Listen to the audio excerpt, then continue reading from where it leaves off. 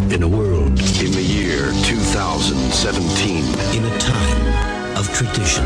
in a city where anything can happen, in a war that isn't his, every day in New York City, on the Miami Police Force, in the Deep South, from the sewers of Gotham.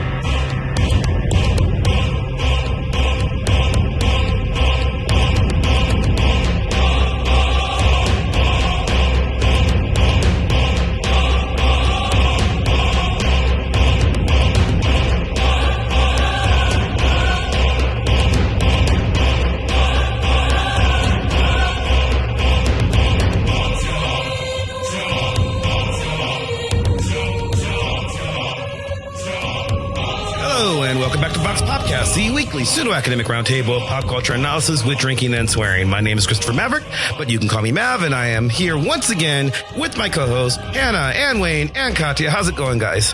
Hey. It's going, you know? The Cheeto is no longer going to be in the White House, hopefully, soon. Don't tell him that. You know what? Let him keep going. With his ideas. He was tweeting earlier today, just so give people a sense of where we are when we're recording. About 15 minutes ago, he tweeted complaining that the Georgia recount is pointless because they're not matching the signatures with the vote. And I'm like, how do you get to be 70 years old and president of the actual United States of America without realizing that you don't sign the vote? There's no way to do that. You fucking idiot. He votes, though. Private votes. Yes. He votes. I'm not convinced. I'm wondering if the president of the United States of America actually votes or if he fraudulently has somebody do it for him. Don't start another double conspiracy theory. I don't know. Anyway. No, not a depressing politics show today. We're going to do something fun. Not a depressing politics. Yeah. But I have something cool that I did. Okay, what's that? I finished a novel for fun. Writing or reading? Oh, okay. For fun. For fun, just reading. Yeah, I read a book. You mean like a regular person? Like nobody asked you 100 questions or made you write a paper or anything afterwards? No, though I do have some ideas about it. I know this is the curse. This is the curse of reading after grad school. I can't read for fun anymore. Like, PCA I don't enjoy it. PCA deadline has not passed. You still got time. I'm not doing PCA. I did discover a new fun hobby, and it's the fact that our library is doing takeout, where you can just reserve a slot and get your books very quickly, and they have a whole quarantine thing, so it's pretty safe. But Josh is the only one with an account at the local library. So I've been ordering the most ridiculous sounding romance novels I possibly can, and he has to pick them up. Yeah. Our library is doing that. And Hannah, I don't know if we discussed this at any point, but you had recommended Utopia Avenue to me by David Mitchell, and he's been on my list for a long time, and I read that and loved it. So thanks for letting me know that was out and finally moving me into reading his stuff. I've read Bone Clocks since then as well, but Utopia Avenue was just so completely at my avenue. Yeah, avenue. if you love David Bowie or the music of that era, that is for you.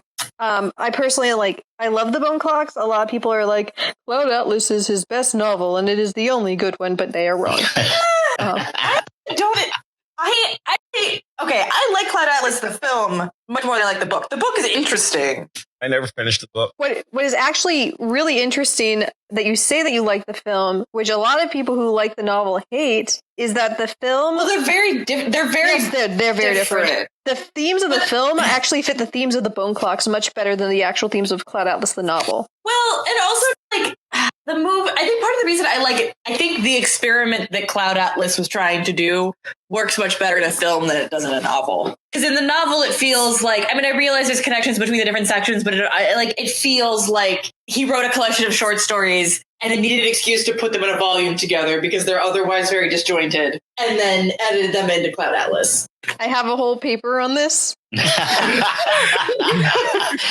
And I've derailed our show already. For better or for worse, unfortunately, we're not going to talk about David Mitchell. So Katya, how would you describe Cloud Atlas if you had never seen it and only saw the poster and the title? Actually, how would you describe Cloud Atlas if you'd never seen the movie? How would you explain that? Well, like Russian nesting dolls. It's actually really good. That's quite good. Well, I've seen the movie. So the thing is, I was about to say is we're for better or worse, we're not having a particularly intellectual conversation about film today. No, we've had some rough weeks, so we're going to have a fun conversation today, right?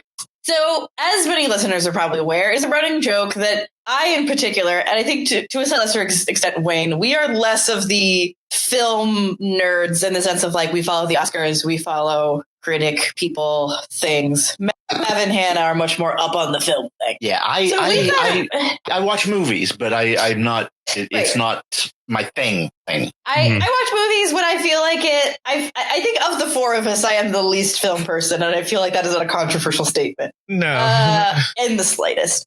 So we had an idea for a game, which is basically the idea, as I understand it. Yes.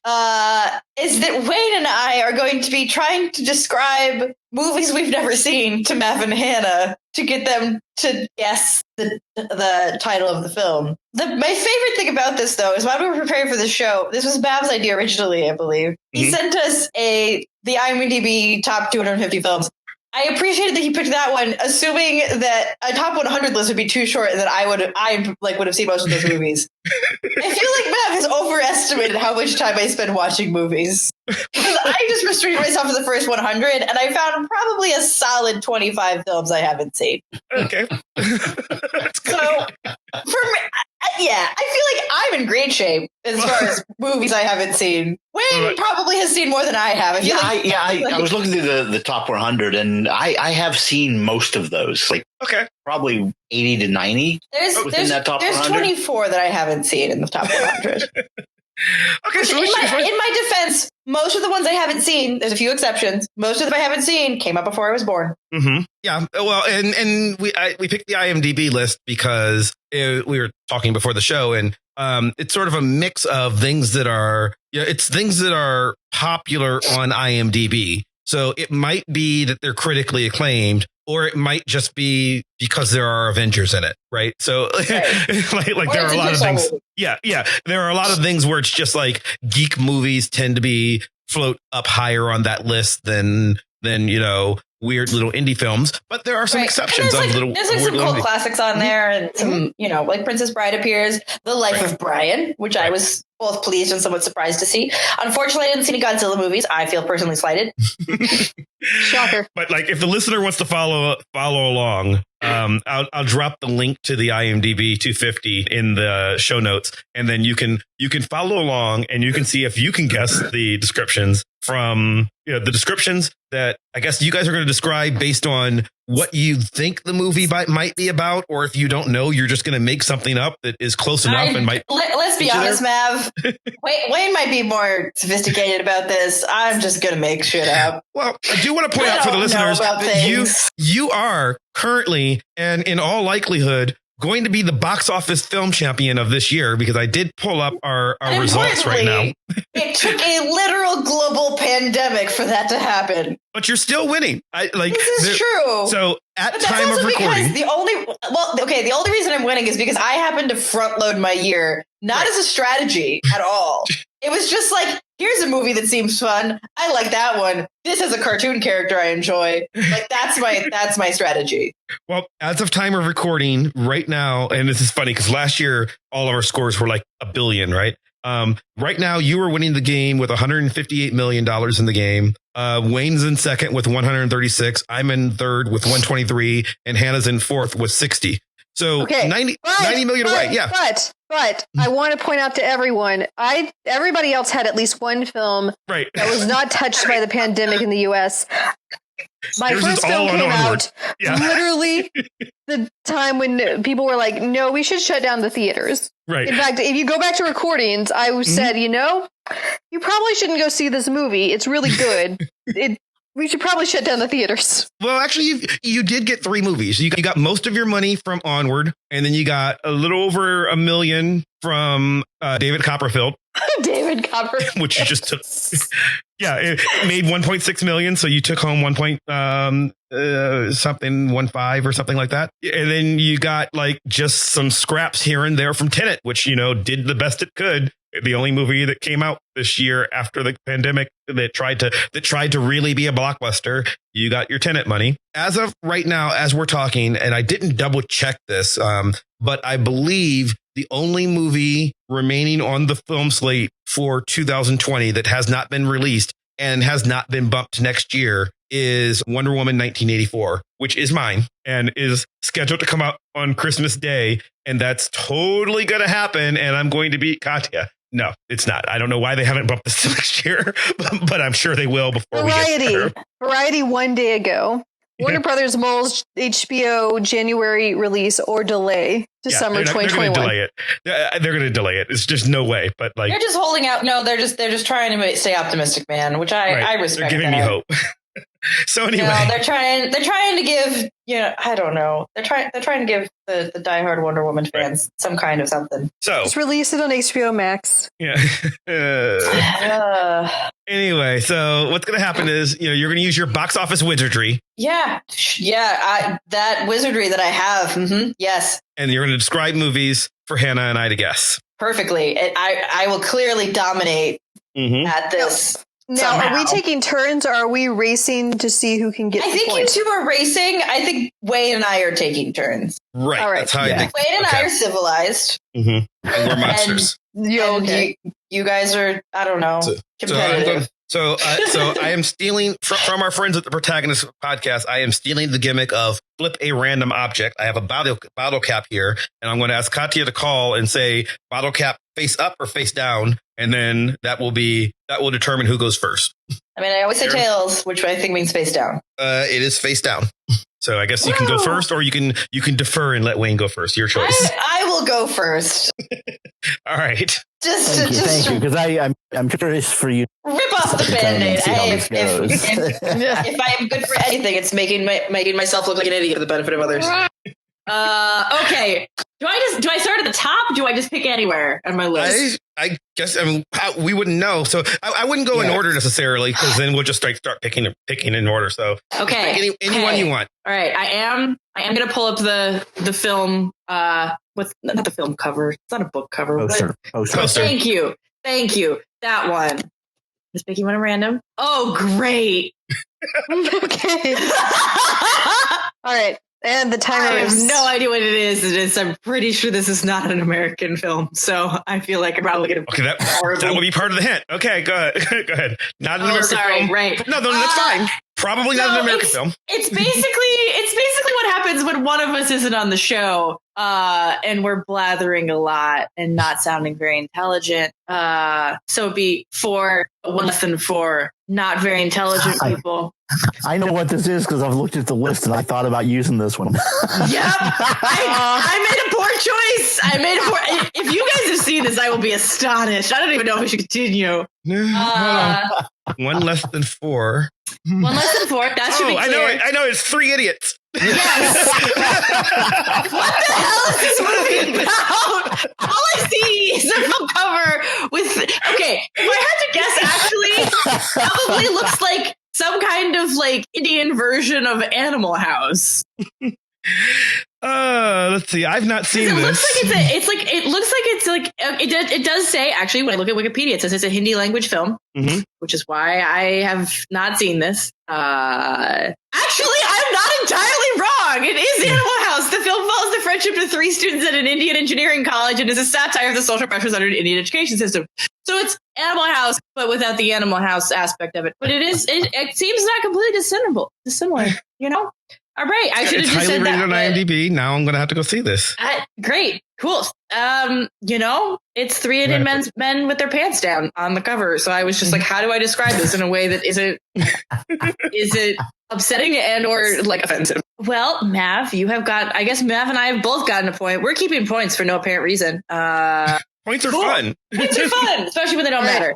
I believe, Wayne, that's you can't have done worse than that. So it's my turn. Okay, I think mine's more serious than that. So based on the poster, it looks like it's set Brooklynish, early part of the 20th century. I'm thinking there's some kind of class war going on here because there's imagery of people in tuxedos, and then there's people kind of obviously working class family, young young kind of thing. It's all sepia toned, so it's apparently the earliest 20th century in America. So. Before they invented color. Before they invented color, yes. So. I'm thinking some kind of immigrant class struggle coming to America kind of thing. It's not coming to America. And you said the word Brooklyn, so it's not the movie Brooklyn, which is a movie. No. Yeah. Looking through the list. Got any ideas, Hannah?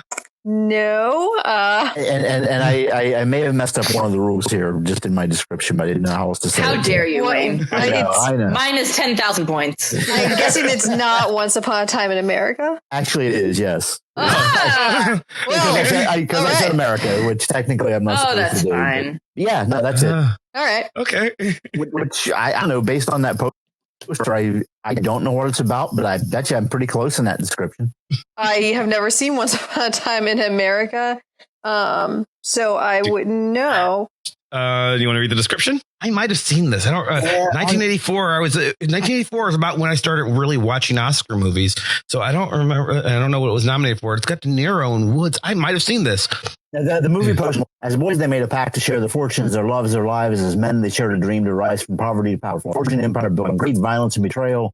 The dream would end as a mystery that refused to die. So, okay, so it's not different families. It's the pictures on the poster I'm looking at is them as young men and them as older, much more successful men. Yeah. So it's it's got De Niro and James Woods. I believe I've seen this film. It's been a while, but I believe I've actually seen it. I have not seen either. I have not seen any Once Upon a Time films except Once Upon a Time in Hollywood, which everyone knows how I feel about that. Yeah. Joe Pesci and Elizabeth McGovern. Yeah. I believe I've actually seen it in a while. I think I'm it's surprised Once Upon a Time in Hollywood is not on this list. I'm actually, well, Once Upon a Time in the West, I have seen. And I know I've seen that. And I believe I've seen Once Upon a Time in America. So, okay. And I've seen Once Upon a Time in Mexico. There's a lot of Once Upon a Time movies. All right. I guess we're back to Katya. And everybody's got a point. This is surprisingly stressful. I think the main thing that's challenging is I feel like a lot of the movie titles I haven't seen are just we're gonna go with this one. We're just gonna pick one at random. All right, gonna look it up. I'm not gonna lie, I'm not great at guessing games. Nope, that's not what I want. Okay, nope, I have to specify the movie. I have a talent for picking. I've picked it. We're committed. All right. I have a talent for picking not American movies or ones in English. See, this is the thing. They translated the titles into English on the IMDb list, so it's yeah. Okay. Anyway, there's another hint. Foreign film. Katya is bad at picking foreign film. Katya's bad at picking movies. Okay, a unicyclist. Life is beautiful. No, that's. I love it. You get a unicyclist in there. We're just going. Okay, a unicyclist has discovered that their sexuality is more complicated than they thought, and they're trying to figure that out by going around, and it's made them stressed out. They feel like they're not accepted because it's too early in the world for that. They've not discovered that people aren't accepting of different sexualities. They're not cool with genitals yet. They're not. We're not at that time. And so they're working out their rage by going around and breaking into people's homes and stealing things. This is not at all what this movie is about. But unicyclist. A unicyclist. Bicycle thieves. Yes. Oh wow. His bicycle. Oh, because you couldn't say unicycle. Oh, because I couldn't say bicycle. Oh, okay. So he's a bi-unicyclist who steals things. To be fair, Life is Beautiful is also an Italian film. Right, which and it does have a bicycle in it. Bicycle Thieves, 1948, Ladri di Bicolette. I have seen this as well. This shows up in film studies classes when you are. I'm pretty sure I've actually seen it. Yes. I just don't remember anything about it. Mm-hmm. I'm pretty sure I watched it in like an intro to film class and then just ran away. Yeah, I watched it in screenwriting classes. Good job. I'm actually impressed that you got that. I was totally expecting to just be like, people be like, what the hell you just described to me? I would watch your version of the film. I mean, you gotta work out your range if people are forcing you in the closet in the 1940s. If any of our friends in Hollywood who were on that screenwriting program happens to listen to this episode and wants to license any of these ideas. For the listener who wants to know what the Bicycle Thieves is really about, it's this guy. I think he's like a bicycle, he's like a courier, like a bicycle delivery guy. Sure. And but he's a working class guy, just a poor guy. And while he's out one day, somebody steals his bicycle. Yeah. So someone steals his bicycle, and then him and his son, who, as I recall, is like 7-ish. He's a little boy, and they just kind of wander the city trying to find the guy who stole his bicycle. Right. It's very my movie's more about like victimizing other people because the world has victimized you, whereas this is more about like the world has victimized you, and then now we're just trying to cope with it. Right. Mine's much more of like a revenge. You've got like an action film kind of thing going. Yeah, I've got like an action film, like rage situation going on. Like I want, it's the 40s. You gotta shake people out of their repression and, general shittiness, I guess. I don't know.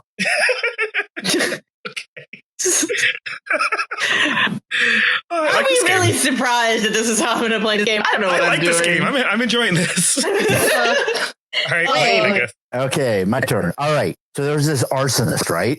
And he wants to burn down a lighthouse. I don't know why, but he obviously has it out for this lighthouse, because on the poster he looks really kind of scary and mean and lit by his fire. I can't get much more out of that from the poster without saying things I shouldn't say. And maybe not just the lighthouse. We're lighting a lighthouse on fire? That's okay. We're lighting a lighthouse on fire. That's what I got. That's what's happening. There's an arsonist who wants that. That's what I'm getting from the poster. There's an arsonist who wants to burn down a lighthouse. There's some other buildings around, but I think the lighthouse is the primary target, just compositionally speaking. I mean, hey man, lighthouses, I'm just like trying to, I think maybe the poster for North by Northwest has a lighthouse on it, but no, I think that's actually the Mount Rushmore. So it's not the lighthouse. What movie has the lighthouse? Well, there is the lighthouse, but clearly not that. It's a lighthouse, and okay, and you think the guy's gonna burn down the lighthouse because it's kind of dark and scary looking. Dark and scary looking. I say the lighthouse isn't the only building there. Right. There are others, but it's the most prominent feature. Fire. It's clearly not Portrait of a Lady on Fire, even though there's fire. There's fire, and there is a lighthouse in that film, that's actually not the worst description for Portrait of a Lady. It's not a good description. There are like no dudes in that movie. Yeah, no. Which is some of its best qualities, really. Not Metropolis. Yeah. Shutter Island. No. Ooh, and it has a creepy dude on a poster. Yeah, the focus is much more on the dude. It's more about him wanting to. He's looking mean and nasty, and I don't know. I'm like looking at all the list. I don't know. There will be blood, lock, stock, and 2 smoking barrels. Yeah. The Wolf of Wall Street. Wolf of Wall Street. Oh wow, this is a good one. I'm just we are running out of time. I'm not zooming on. Out my description. Unforgiven. So bad. Unforgiven. Yeah, I'm just because I don't have time to click through all of them, so I'm literally just scrolling through the list, seeing which one of these movies has something about a lighthouse in it, and I don't remember. It's definitely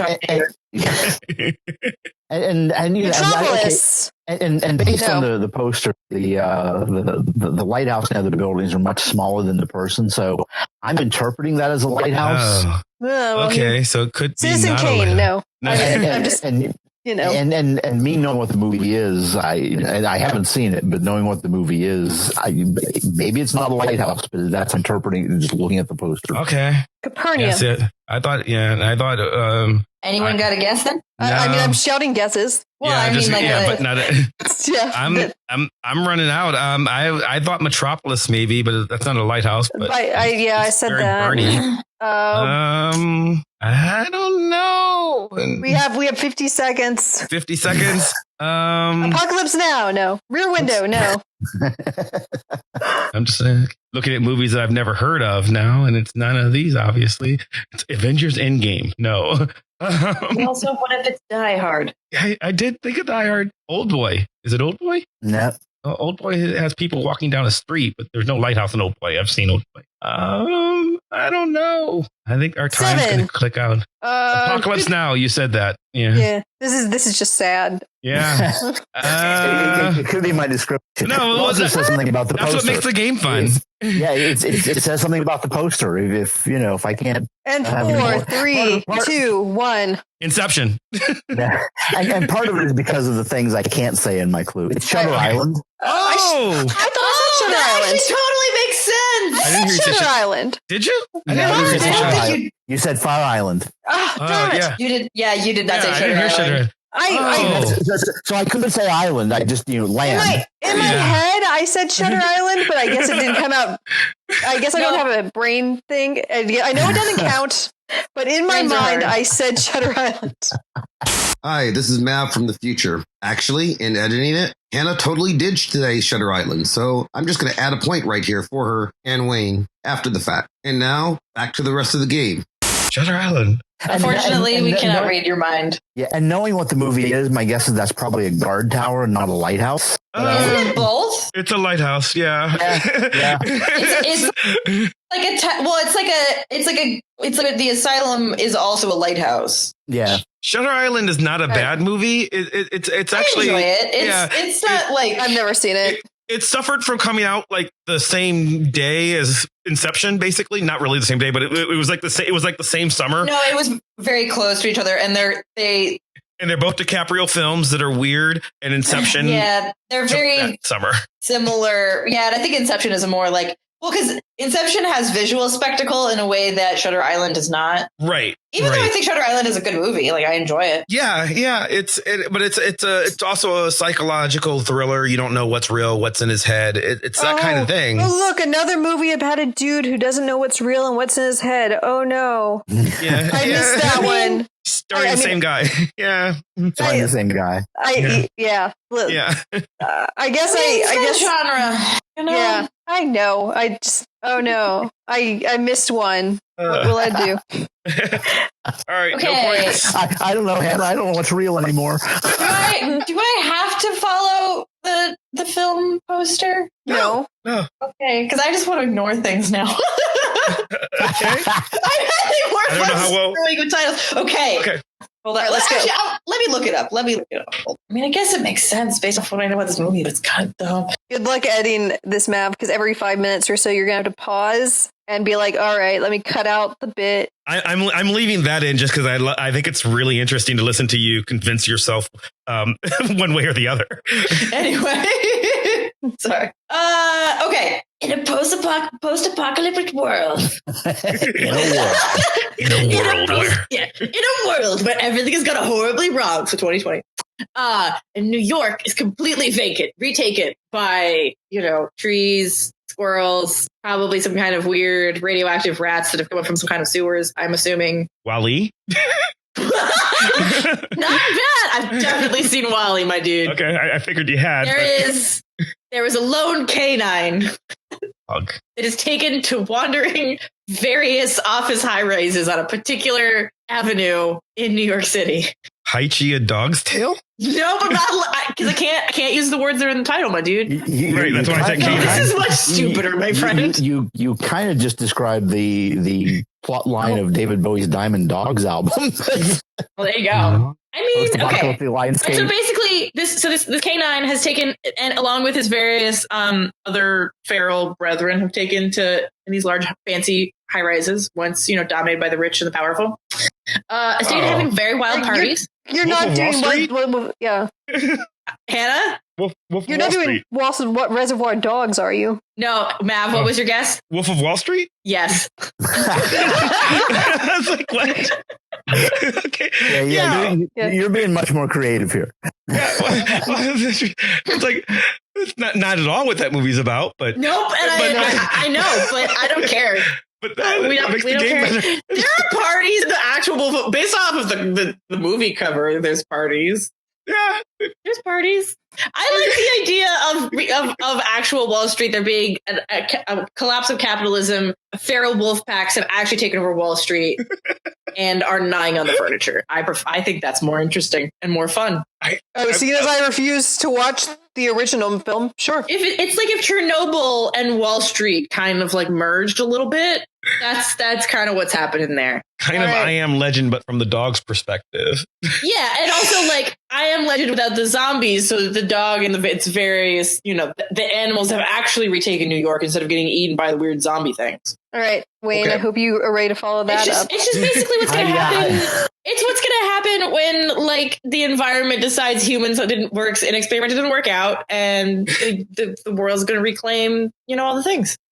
Anyway, I would like to point out, surprisingly, for a film thing, I'm currently in the lead by 1 point. I like the movies that you come up with in your head. You do have the easier job. You see, that's a whole lot more creative than I'm being with. with the posters I have, which is fine. We'll see if it works out as a strategy. Yeah, and you can always feel free to switch gears, Wayne. All right, next. Next, I'm rethinking some of my choices here. So many of the old ones. I am starting to expand beyond the top 100 because I just want ones with fun titles. Yeah, and so many, like the really old ones, the posters essentially, hey, here's a drawing of two old stars with words on it. Yeah, they're not helpful. Look, Cary Grant's in this. You love Cary Grant. Come see this movie. What's it about? Doesn't matter. Cary Grant's in it. Exactly. That's how they used to sell movies. Okay, so there's a biracial couple in a car driving across. It looks like a desert, so I'm going to say driving across America, like a road movie. Well, not driving Miss Daisy, a desert. Yeah, and there's really not a whole lot more to the poster than that. I mean, they're just kind of chilling in the car, looking out the window. I think just a road movie going across America, but they happen to be a biracial couple. Okay, what do you think the film's about? What do I think Katya? What do I think? Well, I mean, one, they're not sitting together. One's in the front and one's in the back, but they look far too relaxed for it to be a kidnapping movie. Like one of them's tied up in the back or anything. They look very relaxed. But yeah, it's maybe it's kind of an update of Driving Miss Daisy. I can see that. Like Mad Max Fury Road? No. That's a good guess. I like that. I'm going to make a stupid guess that's not true, but I just want to say Ford versus Ferrari. That's really good. Is that in the top 250? Yeah, it's 202. Wow. Yeah, some of the movies that make it on here are interesting. I think they may be doing research for a writing project, maybe, or just on a drive to It's not. It happened one night. No, which is a Richard movie. I'm giving you terrible descriptions. I am not nearly as fun with my imagination here. I'm saying it's gonna backfire at some point. Yeah, there are no irradiated Gila monsters in this. This is what happens when you've seen too many Godzilla movies. You just assume everything is actually a Godzilla movie in disguise. I love that you've decided that regardless. So. I mean, if you're going to leave my monster movies off of the top 250, this is unfortunately what you have to do. This is what you get, right? Oh, that's a good, yeah. No. Green Book? Yes. I refuse to let this be in the top 250. That's actually what that movie's about. What? Wait, whoa. Green Book. What is? Okay. What is it actually about? Viggo Mortensen and Marsha Ali. Yeah. Ali. It's fairly accurate. Interesting. It is the movie that won the Oscar because the Academy decided to give America. We did a whole show about it. Yeah. Just, I don't want this point because it is a dirty point. Okay, so this is the movie that made Hannah stop watching the Oscars. That's why we don't do an Oscar show anymore. Wait. I'm serious. Wayne got the point and Hannah got the point? No, I did. No, Mav got the point. Okay, that's what I thought. I just want to make sure. Maybe I could claim for competitive purposes. I could claim for competitive purposes all the points. Yeah. What is it actually about? It's about a musician played by Mahershala Ali who in the Deep South during Jim Crow times, and his driver is a white guy, and driving Miss Daisy. and but with two dudes, and the races are reversed. The rich guy is the black guy, but they're still in Jim Crow South, so they so like he is in general, not accepted lots of places. It's 1960s, and they forge an unlikely friendship because race doesn't matter, and Hollywood gets to feel good about itself and not give the Oscar to Roma. Was it Roma that year? I believe. No. I don't know. I've lost count. I don't care. But yeah, it was essentially the Oscar baitiest of Oscar bait movies. It's like we are investigating deep racial tensions and feeling good about ourselves in this biopic. Give us an Oscar. Yeah, it's like The Help. Okay, it was so fairly accurate description, actually. Okay, so anyway, if you've seen this, I will be shocked. Okay, it's the best. It's the most Katya film poster. It has a giant monster. It isn't. No, but close. Okay, this is a movie about a concerned but seemingly intent, apparently Frenchman. He's a chain smoker, probably. Appears to be driving a vehicle filled with explosives at high speeds. There's apparently his arch enemy appears to be some kind of Wario knockoff who looks generally irritated with life. My assumption is that we're on Fury Road, but the French version. What was that, Hannah? I said stupid. I said so Ford versus Ferrari. Oh, okay. Unfortunately, no. So my assumption, based on the high-speed explosive driving, we're on Fury Road, but in France. So there's more chain smoking and probably wine in the back instead of mother's milk. I can only assume that the explosive. You guys are not going to get this. This is a movie I've never even heard of. Okay. Anyway, it's on the list out there. Yeah. So basically, I'm assuming he's on Fury Road and he's too terrified to stop. I mean, he knows he's got all these explosives, and he just has to keep driving because he needs to get paid, even though he's terrified of everything. On the French Fury Road. On the French Fury Road. Fury Road. Why am I like this? I'm guessing it's not The Wages of Fear. It is! Whoa. Oh, okay. Seriously, look at the poster. It's so great. It is just like a guy smoking and a vehicle that says explosives on it. Well, there we are. Like, this is the second time I've earned a point that says, I guess it's not. Also, does that not look like the 50s version of what someone would imagine a vehicle from like Fury Road would look like? Am I wrong? Am I wrong? Yeah, that's fair. And they're explosives because it says explosives right on the front. And you know what? It did well. It's a significant film, it seems. But it is actually set in Central America. So, okay, the storyline is that in Central America, supplies of nitroglycerin are needed in a remote oil field because reasons. So the oil company pays 4 men to deliver the supplies in 2 trucks, but intense rivalry develops between the 2 sets of drivers. So our chain smoking French guy, and then I assume Wario in the other vehicle. And on the remote roads, the slightest jolt can result in death. Actually, this is Mad Max. This is a 1950s Mad Max. I mean, we can assign you to watch it and report back to us with a critique. The tagline says, suspense, close to prostrating. What? One of the greatest shockers of all time. Like, who writes a movie that says close to prostrating? What? I'm assuming that was originally in not English. I think you should watch this and let us know next week how it is. I mean, I'm thinking about it. Well, we could all watch The Princess Switch 2 and have a talk about it this week. Also, okay, the taglines for this are great. One is just nitroglycerin, period. Once in a lifetime chance, comma, in a village without hope. Okay. I just was thinking, what is this movie? Apparently, Close to Prostrated came from Time magazine and the original U.S. Canadian posters. I'm assuming it was I have so many questions. But apparently, it also a British Academy Award for Best Film. BAFTA. Okay. Well, Wayne, I don't know how. My question is, how are you going to follow this up? Yeah, I can't follow that.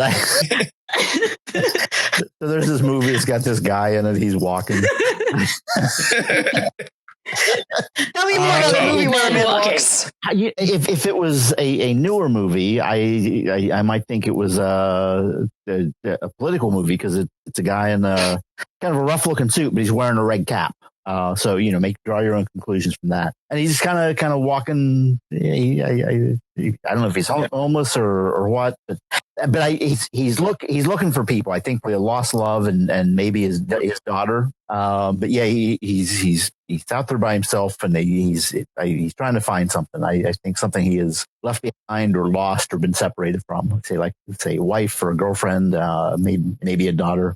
There are no giant creatures. There's no prostrating going on. Are you sure? Clearly, it's the Terminator. I haven't seen the film, so maybe there might be some prostration going on. There's always opportunity for prostration in radioactive animals. And it's one man. It's very much once again like the American Road movie. I get the sense one lone Trump supporter walking the road by no prostrating, possibly some prostitution. So not with the wife and daughter. I don't get that vibe from them. So just kind of hiking down a railroad track. You said old boy? Yeah, not old boy. Yeah, that was Hannah's guess. Hiking down a railroad track. The Incredible Hulk. Like, should have had the music ready to queue up. Post-production. I watched a film on Netflix a couple weeks ago, and someone made a joke about queuing up the sad Hulk music, and I thought of you. North by Northwest, A Clockwork Orange. Just throwing things out because we're running out of time. No. Boy, I'm either like much worse at describing films or I'm picking tough ones. I don't know. Well, and you said it's so. And I actually cheated. This is one I have seen, so I cheated. But what I'm describing, I don't remember a lot of the plot of this. What I'm describing has nothing to do with the actual plot. It's what I'm getting from the imagery. Okay, you're doing it. Okay. My Father and My Son. No Country for Old Men. No, I don't know. You're in the right area. Children of Heaven. Train Spotting, because you said train tracks. No. Yeah. You said No Country for Old Men, right? And yeah. And if I'm more specific with, and now I'm giving just more clues. If I'm more specific with location, Fargo. It's the movie.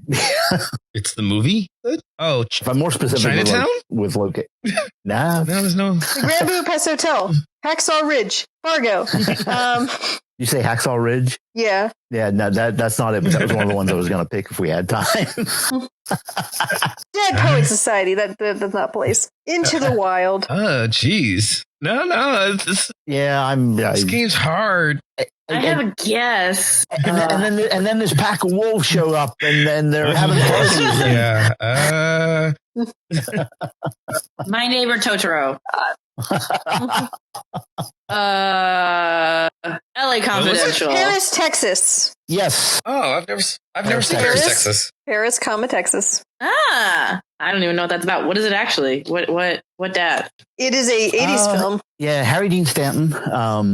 And I mean, parts of what I said about it is true. He's a down on his luck guy who's in the movie. And it's been a while since I've seen it, so we might have to actually read the description. He's coming home from prison, and he is out of contact with his wife and his child, and there's sort of that longing and whatnot, and him just sort of trying to be reacclimated to life and society. But I like the poster. What kind of narrative can I spin around this? And I have a weird little personal connection with this, which is probably another reason I chose it. Which, if you, minor connection. Years ago, I wrote an article for a band that nobody's heard of called Congo Norvell. Kid Congo Powers has played with Nick Cave and the Gun Club and just a whole bunch of other people. Sally Norvell was the lead singer, and I love Sally's voice. I met them at a club in D.C. Sally, in addition to being a singer, is an actress, and she was in Paris, Texas. She played the naughty nurse in the House of Ill Repute. Yeah. She's in the movie for all of 3 minutes. And she danced with Johnny Cash on an episode of Wayne plays Gunsmoke, this so game there you is go. I that's actually cool. I do an exercise where I'm teaching kids the art of close reading in my lit class, and I make them each bring some movie poster that they just find interesting. I don't tell them why. Just everybody bring in some movie poster to class, whether you've seen the movie or not. Then I shuffle them all up, pass them out to different kids, and then it's like, okay, you don't get to go watch the movie. If you've seen it already, give it to somebody else and trade. And then, like, I just want you to tell me everything you know about this movie just from the poster. Wayne's trying to do the intellectual thing, whereas I'm just like, how much like a Godzilla movie can I make this? You're a force of chaos. Which isn't a bad thing. All right, do another one. Okay. Apparently, this is the second of films about concerned older men. I don't think he's French. I don't think he's French. I don't have sufficient evidence to suggest that he's French. He is not a chain smoker. He seems concerned, older gentleman, very concerned about his citrus. About his citrus? About his citrus. He's in a city in crisis. Buses seem to be just generally not staying on the roads. This one appears to be in a ditch. I'm assuming if this is a central plot point, it's either an important bus or more likely this happens to buses a lot in his area. But he's just focused on his citrus. You know, he wants to make sure that his citrus trees flourish in this time of chaotic buses. Okay. That's not where I thought this was going. Is anything I've said so far where you thought it was going? Although, to be fair, there are a lot of posters with concerned-looking men, like this should actually be the easiest one. Yeah. If you find the right title. I think I know, but I'm not playing. Wayne probably knows exactly what it is. Sunset Boulevard? No. Nope, keep going. Once you see it, you'll know. Because Just contemplate citrus. Yeah, I was thinking. Think deeply about the citrus. Just think about it. Clockwork Orange? Yeah, Clockwork Orange, I thought, but that's like 103. She said she was in the top 100. So Nope. Yeah, okay, that's what I was thinking. I've seen a Clockwork Orange. I figured you had, and I'm like, well, maybe she's never seen Clockwork Orange. No, so his citrus though, his citrus, they're not oranges. They're in this time of buses derailing themselves. In the time of buses. In this time of buses? Oh no! The citrus has become sentient because why not? I think is why the concerned older man is concerned, because sentient citrus is Attack the killer tomatoes. basically, and then he discovers it is in fact a plot of the citrus are upset about their lot in life. So, which is to die, basically, so that other things can eat them. They have become sentient out of sheer angry citrus power, which is a thing that exists, I guess. And they are, in fact, the ones that are derailing the buses. They've figured out how, by inserting themselves somehow into the engines of the vehicles, by rolling very aggressively in the direction of these buses. That can't be in the top 250. We are running out of time here. Keep rolling. Keep scrolling. Keep. When you see it, you'll know it. Wild strawberries. No, That's keep not going. citrus. Keep going. It's there. I promise. Wayne probably knows exactly what movie this is. It's Ford versus Ferrari. I do not. Keep Yes. going. Nope. I got it. I got it. Down. I got it. So the aggressive citrus as they throw themselves at the buses and futile save themselves. Tangerines. Okay. I think the reason so far this has worked out well is that I just don't. I've not seen. I don't know. It's just weird. You are very creative with this, which I appreciate. I appreciate that because I feel like I keep waiting for it to backfire. Yeah, I feel like I'm going to get into the territory of film titles that do not easily translate to Godzilla movies in a way that is translatable. Yeah, I'm anyone outside of my own mind. I'm being much more literal, which is surprising because I'm usually a child of whimsy. If there's one thing I can go for, it's whimsy. So, all right, Wayne. I will say IMDb's thing when you click, I should just open the film thing in the new tab. Although not that it's mattered because I just add radioactivity to all of these. So anyway, so far I'm impressed it's worked out. Basically, I've gotten people to guess the right movie title by describing a completely different movie. Although I will say, okay, tangerines. That is citrus, yeah. It is actually, well, there's citrus. It says in 1992, there's a war raging in a breakaway region of Georgia. So an Estonian man, Ivo, who's our concerned man with his tangerines, has decided to stay behind and harvest his crops. And since this bloody conflict is at his door, a wounded man is left behind, and our person takes him in. So, like, it's not so much tangerines getting revenge as much as humans being shitty to one another, but citrus is involved, and the concerned man is concerned, which, fair. Also, Golden Globe winner. Right, Wayne. Okay. I can't follow that. So there's a family having a backyard barbecue or get together or something. Parasite. And yeah. Nice. I was like, wait, it's like family having a backyard barbecue. That's not at all what this film's about, but I know the poster of Parasite, so. Yep. That's it. Yeah, as soon as he said that, I was like, is it Parasite? Yeah, I was gonna keep going. How somebody's trying to get a family picture and nobody's being very cooperative. Yes. Yeah. Oh my God, that is such a good description of that cover. Like one guy really wants to do it, but the rest of them are like, no, come on, let's just do it. As per the rule that Hannah and I said earlier, we will not be describing what Parasite's actually about. Just go see it. Just go see it. On Hulu. Yep, it's worth it. Go see Parasite. Well, that went pretty quickly. Okay, one to Mav. Okay. Oh, this one will be fun. It's probably actually isn't that far from. Okay.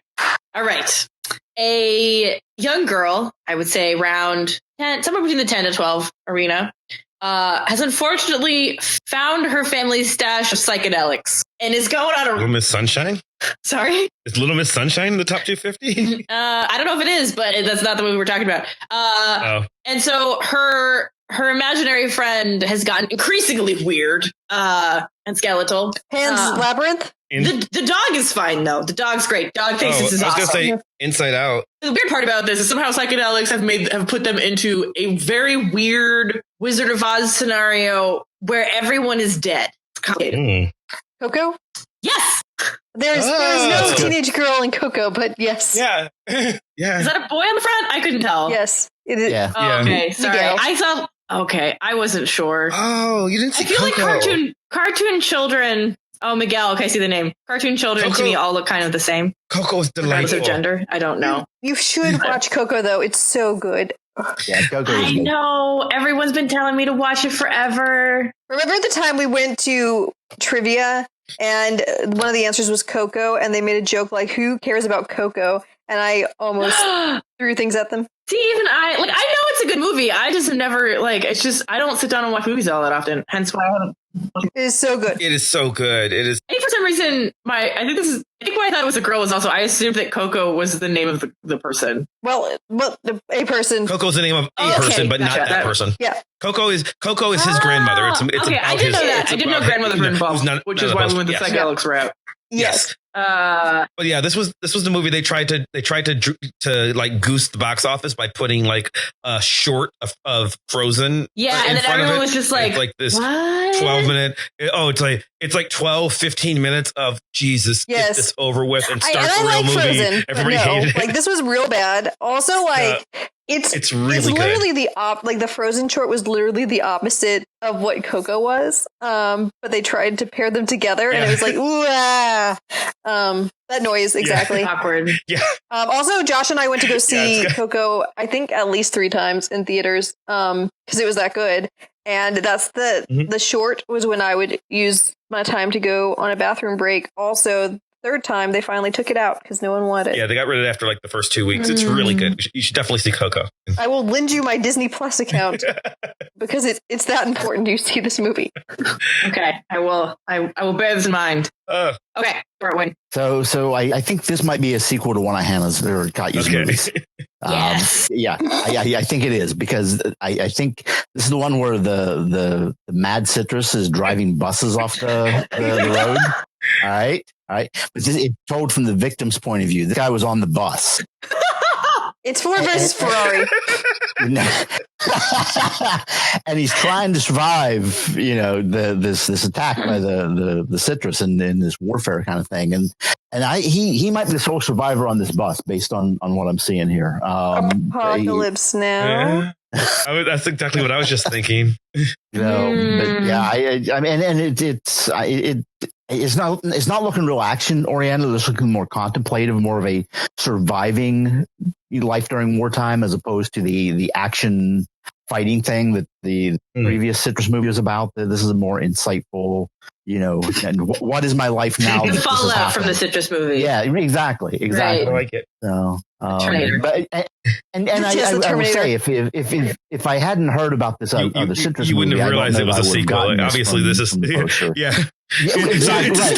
exactly. But once you know about the Citrus tale, yes, it does. But if you know, it adds a layer. If you know about the murderous tangerines, it shares a world. It's right. The Green Mile. I was gonna say Fury Road, which Logan. There's a jaded looking man on the cover. I don't know what you want. Again, like anytime someone says, "Oh, there's a man staring out," posters. It's like, okay, like which one? Yeah, it's all of them. It's kind of contemplative, but it might be his last days. His last hours. The man was on the bus. Interesting. Nausicaa in the Valley of the Wind. That's actually a girl. Yeah, I think he's trapped by events and possibly trapped by his own reaction to events. And may never make it home to his wife and child in Paris, Texas. Into the wild. Yep. Oh, wow. Oh, really? That's a good one. Oh, okay. He's sitting on a bus. He's trapped there. Yeah. You can't see them in the poster, but there are wild tangerines surrounding that, chanting at him. Hannah is now in the lead. Yeah. And I think that was probably 10. Were we going to do 10? Can we do one more round? Sure. You just want to. I mean, I don't think anybody can catch Hannah, can they? So before we move on, what is Into the Wild actually about? I don't know.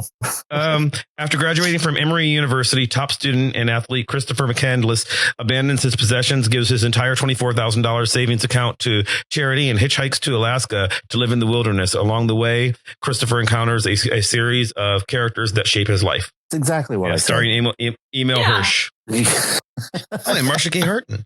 William Hurt. Oh, this has a great cast. It has a really good cast. Yeah, I'm looking at the cast. Catherine I might need to Keener? watch this. Kristen Stewart. How did they afford? How did they afford this movie? Bribery, blackmail. Yeah, no, Blackmail. Yeah, this looks good. So we have to do one more round. Wait, is this because I found. Is this the Dr. John? Is this the one based on a true story? I think it might be. If not, I would. It certainly sounds like it. Saying that. Yeah. Okay. Yeah, it is. It's based on a book. It's based on a guy's on the biography of Christopher McCandless, and he's a real guy. Yeah, I remember this story. Yeah. And he died. He Killer Tangerines. Huh? Killer Tangerines. No. Yeah. It's based on a real story of this guy who just decides to live off the grid. He decides to go out, live off the grid. He just goes up there and he's living in Alaska, and then he eventually, they check on him every once in a while, and eventually they just find him dead next to the bus, and no one knows what happened. He gets eaten by a bear. Tangerines. Yeah, tangerines. Yeah, but yeah, okay, I remember this story. We've solved the mystery. Now, see, the thing is, we did it. Here's guys. What's weird. I know I've seen a documentary. We finally resolved something. I might have seen the film. I'm trying to remember if I've seen the film or not. I know I've seen documentaries about McCandless, but once I read the description, I'm like, oh, that movie. Yeah. I think I might have actually watched it already. So, all right, you want to do another round? Because I found the sequel to Wayne's movie. Okay. So after there's the despondent crash, the bus, man sitting by the side of the road. Mankind decides it needs to fight back against the scourge tangerines. Okay. so Tangerine in game. So some of the best vehicle mechanics, masters of physics and stuff with engines and things, band together to compete to create the best tangerine crushing vehicle. It will be impervious. You're not just going to be Howl's Moving Castle, are you? No, I've seen Howl's Moving Castle. No, just making sure. Hannah, you of all people should get this one. And so Ford versus Ferrari. Yes. Bravo. How am I going to find a bumper for this show that uses tangerines? Just find like an old school like 1950s ad for tangerines.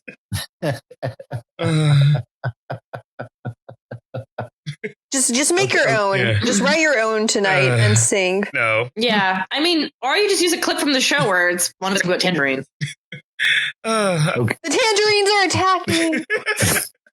Oh my god! Right. It don't make sense because orange is the enemy. For fairness, I have accidentally roped Wayne into one more. All right. Okay, that's right. This is a throwaway. This one doesn't count. Hannah's one. I don't think anybody can catch her because this is the last one. Okay. Okay. Well, if this is the last one, it's going to be a throwaway. There's a guy in clown makeup dancing on stairs. Joker. Have you not seen Joker?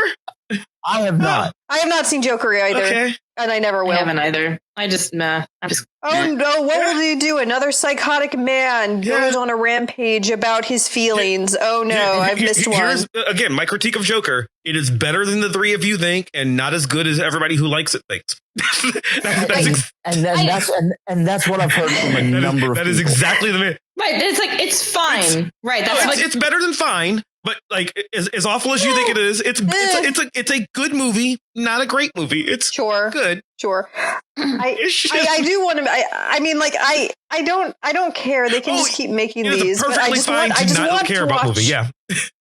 I just want to watch The Princess Switch 2 and revel in my ridiculous, like, I mean, like, the plot is just so, like, you watch the trailer, you guys, and it's like, wow, this is going to be real bad. I am going to buy wine specifically for this, and it's going to be a good night. I mean, there we are.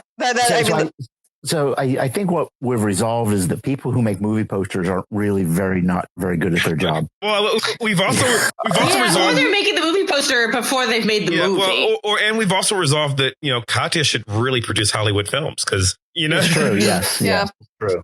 They'll all be about Godzillas, but sometimes the Godzilla will be fruit. Hey, man, think about it though. If you made a Godzilla movie where the villain is a tangerine, the CGI expenses are so much less. Okay, be nice though. Be nice. Be honest. Be honest. Is the tangerine a metaphor for another orange thing that has wreaked havoc across the U.S.? No, in this case, I just wanted to be a movie about citrus getting revenge for being squeezed for so long. It's some kind of metaphor about the. Sometimes the tangerine is just a tangerine. Getting screwed over by the big tangerine grower people. I know this from working in the industry I work in, that like one of the Common Rider series, which involves giant monsters, is fruit themed. Like every time they relaunch this, and Common Rider is essentially Power Rangers. Every time they relaunch it, like one time it's based on their powers and costumes are based on cars, and one time it's based on something else, and there's one that's all based on fruit. So I mean, if they need a new writer that's into tangerine based humor, that they're all fruit ninjas. Oh God. I think I am looking forward to this crop of tangerine inspired films.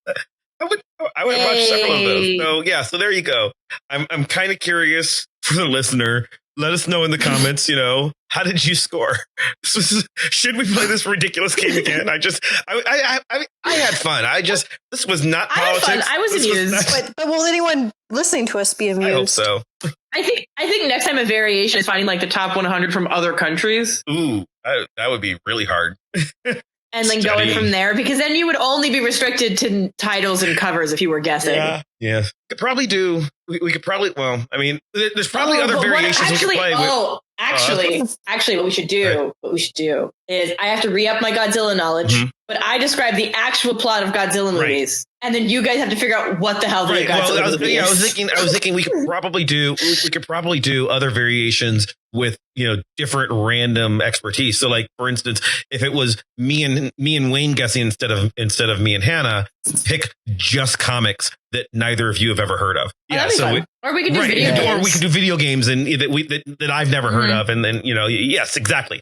And and But my question is, what do you think my expertise is here? I think that would be the rest of us guessing Victorian, like something about the guessing of Victorian novels. I feel like Victorian literature is weirder than we all expect. Hannah probably knows more random, weird, like Kickstarter board games than we do, like tabletop games and stuff. That's a low bar, but yes, that is true. I like games.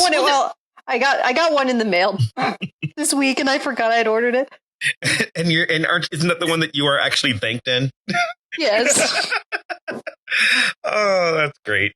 So anyway, we've definitely resolved nothing. We weren't trying. Nothing. We had a good time, and hopefully you did too, listeners. And let us know if you think we should make some radioactive tangerine movies, or if we should play. What variations of this game we should try in the future. Guys, here's how to bring it all together. We can start a Kickstarter or a Patreon, and when we reach our goal, we can do a low budget tangerine film. Ooh.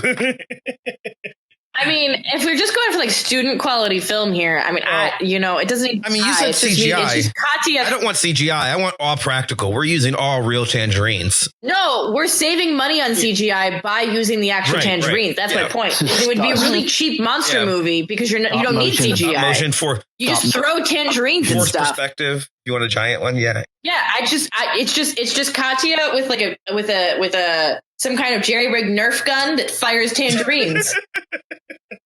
Oh God. Okay, we should end the show. Yeah, if you see a news report of somebody terrorizing local buses with tangerines, crimes. Who's in trouble. For those of our listeners who have made it this far. Yes. Katya, where can people find you? Oh, Lord. You can technically find me at Just That Nerd Kid on both Instagram and Twitter. Have I been on social media at all since like August? Not really. But if you find some good tangerine-based humor, maybe I'll enjoy it. So send it my way.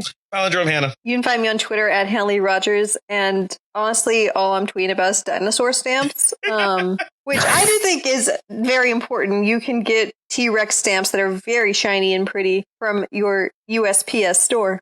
Okay. I mean, you should support the post office because they always need support. And like the person that we're not mentioning this episode tried to destroy them. So, Wayne, what about you? Same places as always. Vaguely on social media. Tetrock 2012 on Instagram. Links in the show notes, of course. Yeah. You can follow me on Facebook or Twitter or Instagram, all of the places at Chris Maverick. You can follow the show at Vox Popcast on Facebook, Instagram, and Twitter. And you can follow the show's blog at www.voxpopcast.com, where we discuss what we're going to be talking about next week. And you can comment on this show and read the show notes. Give us your thoughts on upcoming shows. Give us your thoughts on this show. You can subscribe to us on our YouTube channel. Please subscribe to our YouTube channel. That's been really, really fun. I think today's episode especially is going to have a lot of pictures of these movie posters as we try to guess them like idiots. So subscribe to our YouTube channel.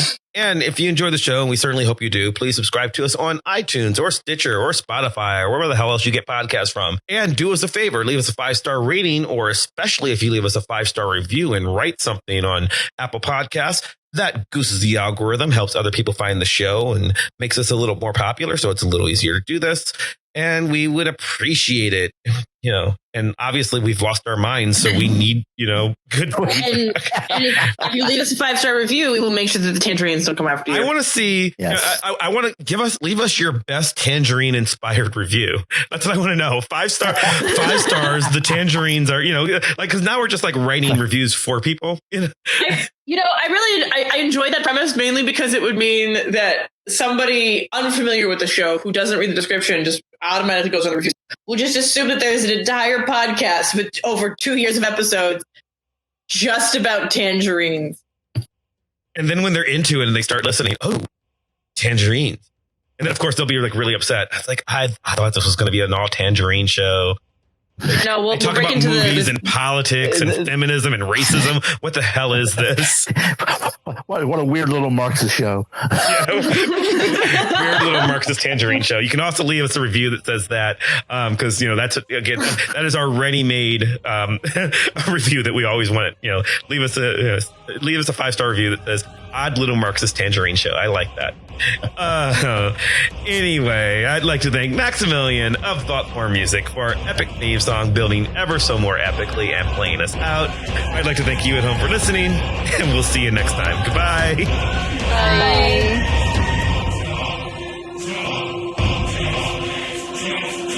The tangerines are attacking.